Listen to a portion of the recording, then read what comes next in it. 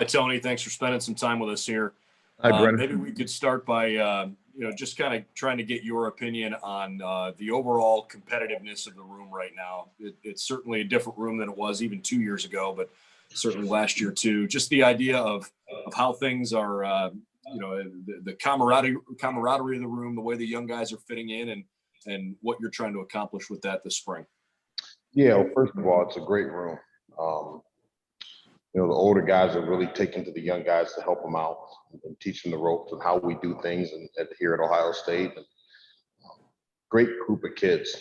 I mean, phenomenal and unselfish. They all come from great homes. And we're probably, as we like to say, raised the right way, things of that nature. But really good guys and highly competitive guys, and all of them are hungry to compete. But at the same time, they champion each other's efforts. They're guys in the first couple of days of practice that will sit down and explain, especially the older guys, the young guys explain, hey, here's how we do this drill, or look at it this way, or look at the play this way, or these certain techniques that we're doing and teaching. So very unselfish, highly competitive, as I said, but very unselfish room. Next up, we will go with Stephen Means with Cleveland.com. Stephen? Tony, 2 of the last 3 years, you guys have tried, the two-back system, and it hasn't always necessarily produced the best results.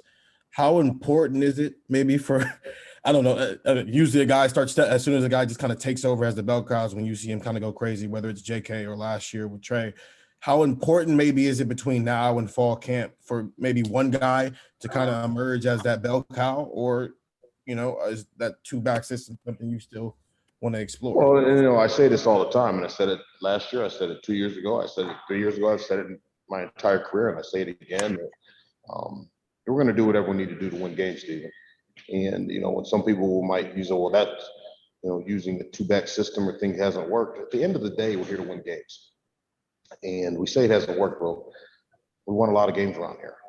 And we haven't won the big one like we want to in the past 2 years. Now, is that attributed because we played two backs or one back? That's debatable.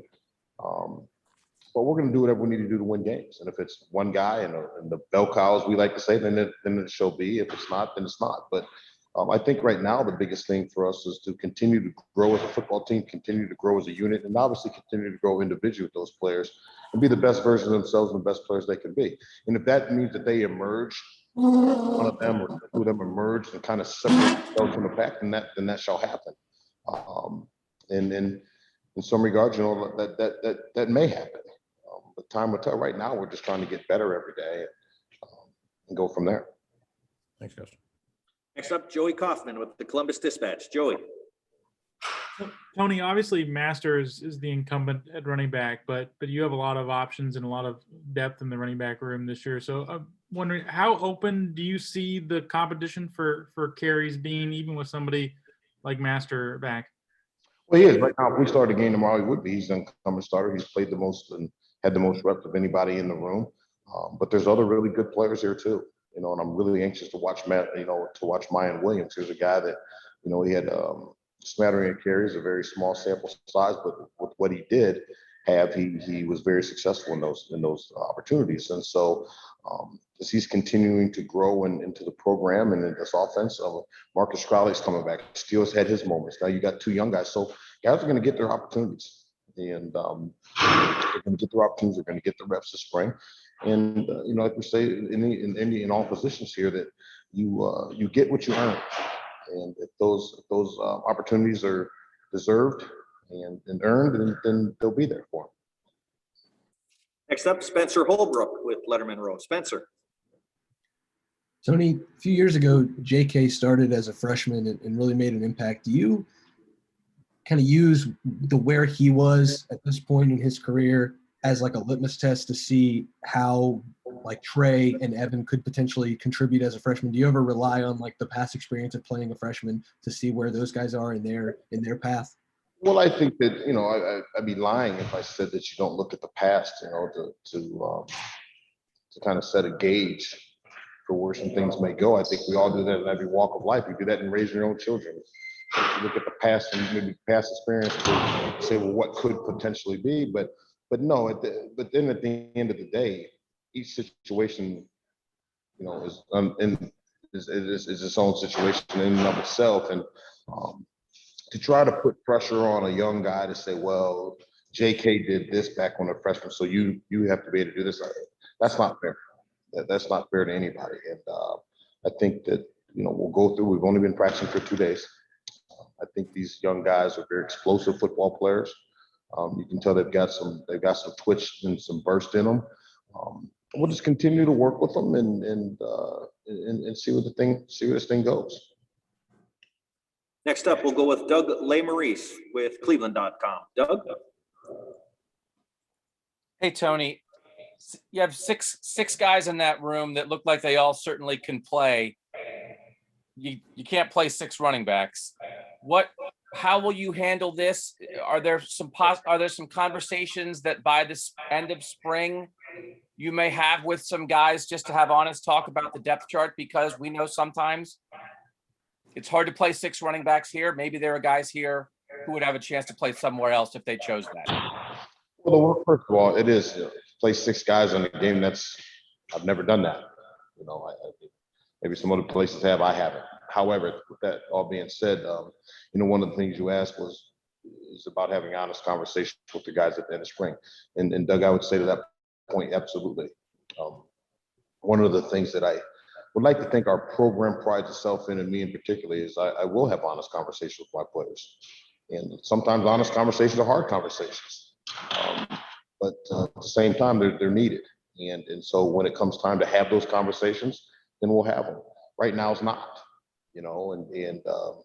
but when it's time to have those, we will. And at the end of the day, I keep going back to this. I'll always go back to this. Our jobs are here is to develop our players and then to win football games. And the guys that prove that they can play winning football on a consistent basis and be at their best on a consistent basis. So we be the guys that are going to play. And we'll have those conversations when there need to be had. Thanks, Tony. Next up, we'll go with Steve Hellwagon, 24/7 Sports. Steve? Hey, Coach, I want to ask about Master. It seemed like he may have been a little tentative early in the season, but the Indiana game seemed like he really hit his stride and broke a big one there. And how important was that for him and maybe his development, just what you saw out of him and then for this spring, what you want to see him improve on and take his game to another level? Yeah, I think it was good for him. It was good for everybody, to see that he could break a long one and sustain that. So that was good, and then I think moving forward, it's just, his ability to make plays in space. When I say in space, when we do get it cracked to the second or third level, I think that what Coach Stud has done with our offensive line and then the scheme and with that is, I think we have a chance to be elite there, and which is going to provide opportunities for the backs to get into the second or third level defenses. And then when we get back there, now we have to go to work. We have to be able to do things at that level, the defense, and make guys miss and, be able to make big plays and generate big play opportunities for ourselves. And that's going to be the biggest thing, is that when we get out there, that can we go make those plays? Yeah, and those are things I'd like to see, not just Master, but all of us be able to work on as we move through the spring. Yeah, thanks. Next up, Bill Rabinowitz, Columbus Dispatch. Bill? Hi, Tony. Hi, Bill. I thought it was interesting when we talked to Travion and Evan. Travion said he can't wait to get hit tomorrow, and Evan's like, I can't wait to not get hit because he can score touchdowns. Can you kind of just describe what has stood out about each of those guys, and didn't that surprise you, those answers? Well, they haven't played football in a long time. You think about the last time those guys played, they were juniors in high school. And so I think that we've got to, I won't say temper, that's probably not the right word, but understand that they haven't played with 22 guys on the field, in a long time. And it's funny hearing him say, I can't wait to get hit. Well, don't worry, buddy, it's coming. It'll be upon you here soon. But no, the thing that's probably impressed me the most is just their eagerness to learn. They're really hungry to learn and to try to take it all in. They're both extremely, extremely coachable kids. They're always on a quest for give me more, give me more. When you start coaching them, you start correcting them. They don't take it personal. It's not a personal attack at them. they want to know, hey, what can I do better here? These kids, it's funny. I got a FaceTime call on a Sunday. This was weeks ago, mind you. It was on a Sunday. I get a FaceTime call about 8 at night. And these two they have somehow figured out how to get into the facility on a Sunday night, and they're working on pass protection. And they're having, one of the other receivers was with them holding up a camera and having me coach them through some drill stuff and pass protection drill stuff on a Sunday night. And, I think it was late January, early February. So they're just hungry. They're hungry to learn, and they're great kids, and they're coachable, and they want to be, they're good teammates. And everybody wanted to pit them against one another. That's the thing. A lot of people try to pit each player against another player, and they're just not their roommates. But then, you talk about our room. These kids, they want to help each other become better. And so they help. So it's not a deal where they're pitting one skills versus the next and kind of looking over the shoulder. We don't have that type of room, that type of environment. And these kids fit right in, and I'm thrilled. Thrilled where they're at. I'm thrilled with the development that they've shown thus far. And now we got to get better. We got to get better in a hurry. But I'm very pleased with where they're at this juncture. Who's a better cook? They're competitive. Better cook? Well, I don't know. I don't know. Evan says he's the best, so I'm. Something though. They're more than welcome to come to my house, and I'm more than willing to eat and see who can do what. Next up, we'll go to Tony Girdman, Buckeye Scoop. Tony. Hey, Tony, I want to ask about Marcus Crowley, who finally got to get back last year late. Close is he to returning to his freshman form and then being even better than that? He said it took a little while he's cutting better now than he was last year. But how was that for him last year? What did you see from him, and what are you seeing from him now? Well, I think last year, he's a little frustrated as we went through the year, and wasn't playing much, and as he was coming back from injury, and he had some setbacks and things like that. But quick story is we're playing the Alabama game, and he gets tackled he has a couple carries and things happen. He gets tackled, comes standing on the sideline, and he looks up and he says, "Hey," he goes, "Man, I apologize. This is the middle of the game." I said, "Apologize, what are you talking about?" He goes, "You've been saying I wasn't ready." And he goes, "I'm not." He goes, "You're right."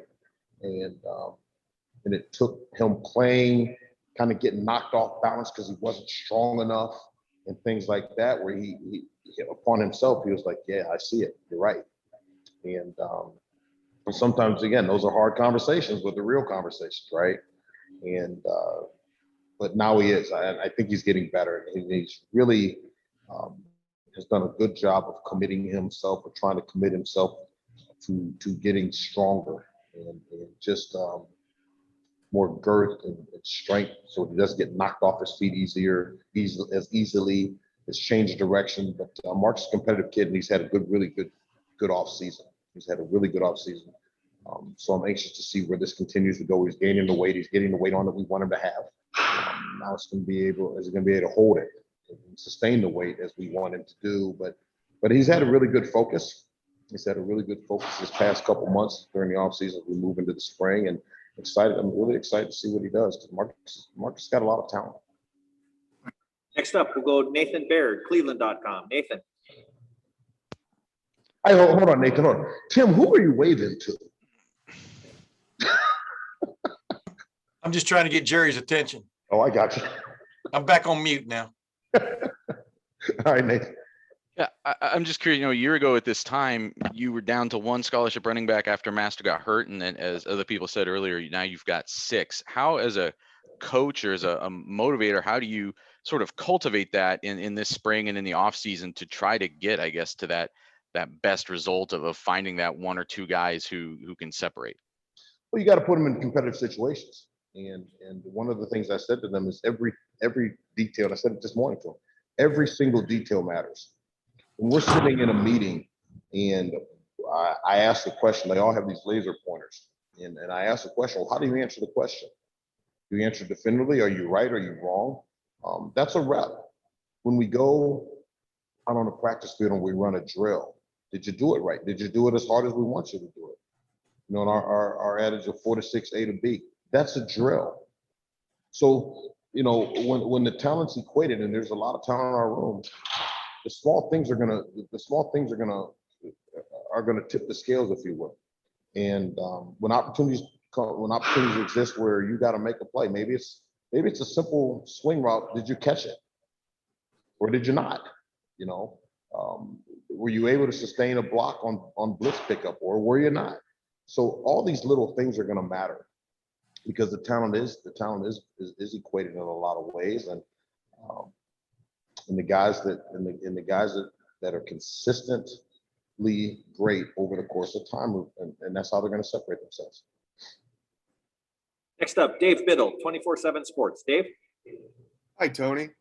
Hi.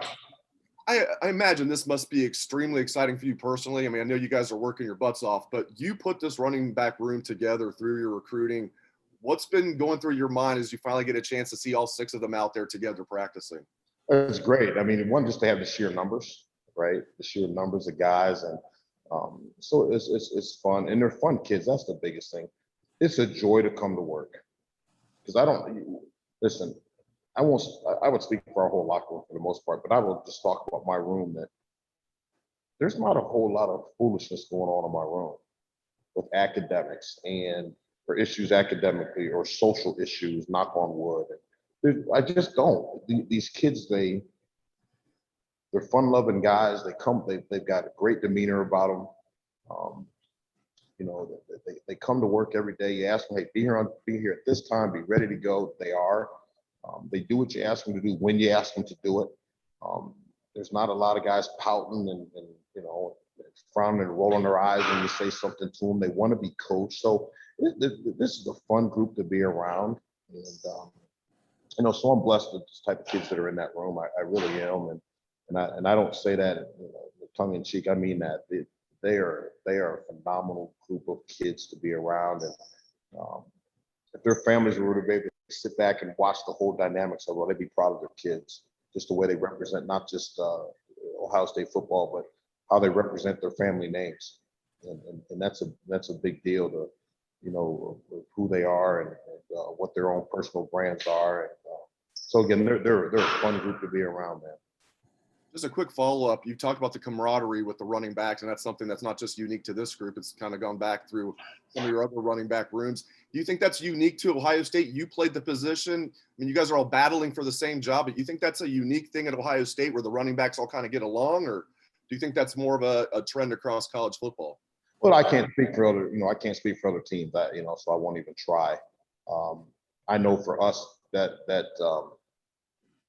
it's not unique for us, because that's who we've always been. And I think during the recruitment process, that happens. Evan, I'll use Evan and Trey as an example. Evan committed first, and he helped recruit Trey. Those guys helped recruit one another, and they were talking all the time. So those guys. So all of a sudden, when you thrust them into a room together, they're already friends.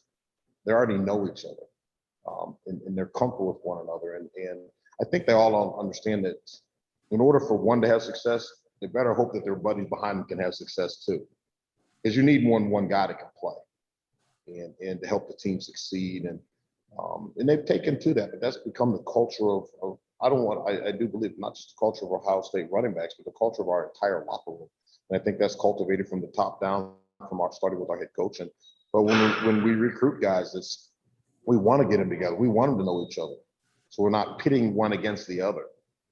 I had one school, and I won't say what school it was, but there was one school that tried to pit those two against each other and say, well, they're trying to do this and they're trying to do that. Well, had that school done any amount of research, they'd have found out that those kids knew better, because they were intricately involved in the recruitment of the other guy.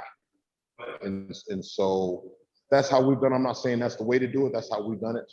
And I've done it in our room, and it's been successful for us. And hopefully we'll continue as such. Thank you, Tony. Folks, we have time for just a couple more. We'll go next up with Austin Ward, Letterman Row. Hey, Tony. I want to take away some of your normal things. You don't have a crystal ball. We know you've never had, 6 guys quite like this. open competition, all that. But how much time did you spend thinking about the way you might structure practice if it's open for all six? Is it different from other position battles that you've had? Like this spring, just it has to have been a little bit different for you mentally, maybe, to prepare for it. Yeah, one of the things I've talked to them all about this, that there'll be some days that some guys are going to get more reps than others, and they need to understand that. But I think if you're up front, again, we talk about conversations and open, transparent conversations and honest conversations. I think as we go through the spring, and these guys will tell you, there are times I'm gonna say, listen, today this guy's gonna get more reps here, or tomorrow it's gonna be this guy, or today it may be you, because there's certain things I have to design to see. And again, it's all about putting people in competitive situations. And so if I know that, for instance, hey, this guy needs a little bit more pass protection, I got to see if he can do it. All right, well, then you're out of this drill and this guy's in this drill, right? And because I've got to check his water on this deal and see how he does. And but it is, I haven't been in a situation where I've had this many guys that we've got to get reps for, to see not only, people say, well, see that he can't do it. Well, maybe I want to see that he can do it, right? And you use the positive side of it. So it's a little unique. It's a little unique since previous years, but it's also a fun challenge. I think it's for me as a coach, as to make sure that every single day that I come in here into this building, I've got to be prepared and have a very clear, concise plan of exactly how I want to attack this day, so that nothing gets lost in the shuffle.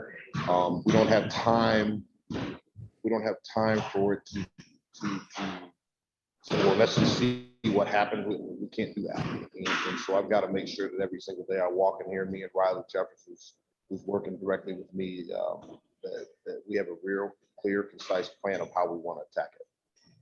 Thanks, man. Go And something is, but I haven't been to Wyoming in a while. Have you? Well, come on, let's go. I'll show you around. No, that's all right. I'm good. I don't need to go there. Next up, we'll go with Dan Hope, 11 Warriors. Dan? Hey, Tony, there's been some speculation about, maybe Steel Chambers could end up at linebacker at some point. Just wondering, is that something you guys are looking at all? I've heard that speculation. I'm not sure where it came from. It didn't come out of this office.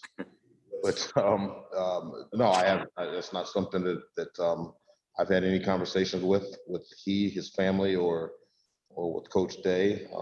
Steel Chambers is focused on being the best running back that he can be, and I'm focused on helping him become that, the best that he can be here, and we'll go from there.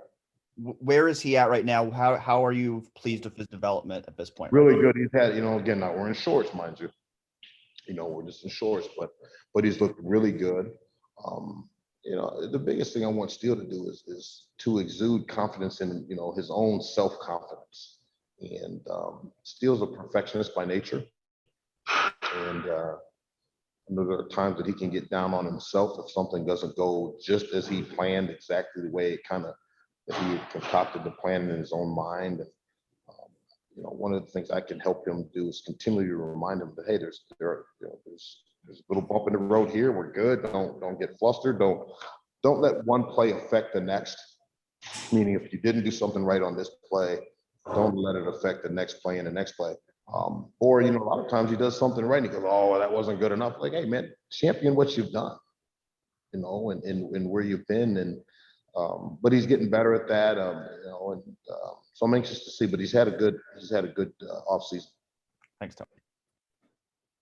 Next up, Jeremy Birmingham, Letterman Row. Jeremy. Hey, Tony, bear with me here. It might take me a minute to get there, but for most of us on the outside looking in, we see the three tiers of the room, right? There's Master, who's the presumptive starter. There's Mayan and Marcus and Steele in the middle. And then there's the young guys with the true freshmen that maybe have, just getting started. Which of those three groups, if I'm accurate, has the most pressure this spring? Like, who do you need to see the most from this spring? Wow, that's a loaded question, right? I mean, I guess I haven't thought of it that way. And to directly answer your question, I haven't thought of it that way. I think that every one of them has things that they need to most certainly improve on. Every one of them has certain things that I need to see from them. To say which group has the most pressure? No, I can't answer that. I mean, you know, that's hard. That Jimmy, with all due respect, is a great question, but you know, to say which group has the most pressure, I don't know if I'm prepared to say if one has more pressure than the next. You know, my thing is to see the improvement, daily improvement within individually and then collectively as a unit, the improvement as we move forward, because this thing's going to get ramped up here starting tomorrow, right? The pads come on, so this thing's going to get ramped up rapidly, and we just want to see the guys up and compete and just get better. And they all know what they need to get better at. So it's not like it's some vague thing. Well, get better. What's that mean? That's a vague term where every single guy knows I've got to get better at this. And I got to get better at this. And I know that because we've had those discussions with them as well. So I've got to make sure that that I'm putting them in situations that's going to show their development in that way. But to say which group has more pressure, I don't know if I'm prepared to say that, with all due respect. Totally understand. That's why I wanted to ask you a difficult question, so I did. And you did. All right, final 2 questions. Next up, Patrick Murphy, 24/7 Sports. Patrick. Hey, Tony. Going back to Steve's question about Master, I know an Achilles injury is not an easy thing to come back from. And, Right. you know, obviously he was able to get back, and I assume having some extra time helped that. But there's been guys in the past, whether it be any position, any sport, that maybe come back and then they're still better, you know, a year later or so, as they continue to kind of heal and get comfortable with that. Are you seeing any of that from him? Is he starting to look maybe the player he was before he got hurt last spring? Or do you think he was 100% heading into fall camp or to fall last year? Well, I don't know if he was 100% at the beginning. I think he was, you know, I don't know. You'd have to ask him if he was 100%, right? I thought that he was back by the end of the season. I most certainly thought he was back, and he's perfectly back now. But you know, to come off that injury the way he did, a lot of guys couldn't pull that off. Now, I do think that he's kind of a genetic freak in some regards, in a good way, but he's also an unbelievable worker as far as his commitment to taking care of his body, his commitment to doing things the right way, his commitment to being regimented and having a routine. He's unbelievable that way. And so to say that it shocked you that he got back the way he did, no, because that's just how that kid is built. But I think he's back. And final question today for Coach Alford. We'll go with Tim May from the Tim May podcast. Tim. Here we go, Tim. God bless you. I know, man. I was holding my breath there, man. I was deep sea diving. Hey, Tony, number one, you were a bell cow at one point in your career. And I wanted to ask you how much that helped your confidence knowing you were the guy, you know what I mean, from day to day. And then past that, I know you're paying attention to the big picture. What is your sense of the talent that is at the quarterback position for you guys going into this spring? You know, I mean, from a depth standpoint, what's impressed you about those guys? Yeah, well, to your first question to me about being a bell cow, we could go a lot of different directions with that question. You know, the game's obviously different, right? Yeah. Different game, and Earl Bruce run football teams, and offenses are vastly different than what we're doing now. But you know, I guess I look back and say that it was good for me because I knew that no matter what happened, I was going to be fine, other than putting the ball on the ground. Yeah. But I knew that, hey, I'm fine here. You know, just because it's 2-yard carry or 3-yard carry doesn't mean I'm getting yanked out. And guess what? I'm going back into the next series too. And you know, it took its toll, you know, on your body a little bit, but it is what it is. They're competitive guys, so you like that. But I think that being able to get into that routine was good, you know, and just for the mental makeup of it was good. So I understand that, you know, as a player, I do completely understand that and respect that. So, and then to your second question, just about the talent in the room, in the quarterback room, extremely talented guys. You know, they all have big arms and can throw it, and they're great kids. I know they don't have a lot. They're not steeped with experience, but what I have seen from outside the room watching them is they're all highly competitive guys. Again, very much like my room. They seem really good together, and they help one another out. Corey does a great job in there. Now, all of a sudden, we brought Todd Fitch, who I worked with previous years at Iowa State. I've known him back to my college days. And when he was at Colorado State, I was just getting done playing there at Colorado State when he took the job, and helped recruit my late brother. So I've known Todd a long time. Phenomenal coach with great knowledge. And but I think it's a great room. From the outside looking in, I think it's a great room, and all those guys have some innate leadership qualities, and as they're continuing to just get better, like the rest of our football team is. It's the toughest thing to do to teach your guys to have patience. You understand what I mean? From a read on a play to like kind of waiting your turn. Is that the toughest thing? Absolutely, because it's if you ask anybody that really knows me intimately, patience is not one of my it's not one of my better traits. And that's putting it mildly. Just ask my children, but and ask my players. I'm not a real patient person, and so you don't say, "Hey, be patient. Wait your turn for what?" I'm not trying to wait my turn for what. Yeah. Come take a job. J.K. Dobbins. Don't ask him if he was patient. Yeah. They're not patient. They're not patient by nature. And so I'm not trying to instill. I don't want them to be patient. Absolutely not. Come take a job. Show me, show the staff that we have to play you. That I don't have a choice but to play you because you are by far the best guy we got. Show me. Don't tell me, show me. And so, yeah, we're not teaching patience. Now, the same understanding, if you're not playing, they don't want you to go off the rails either and throw some tantrums and go off the rails that way either, and just continue to work and get better. But yeah, that's but again, those are highly competitive guys, and so when you recruit them, you know that going in. That okay, we got to temper that, and that's part of the dynamics of the room and dealing with the dynamics of the room, but knowing the people that are in your room. Yeah. Thanks, man. Yes, sir.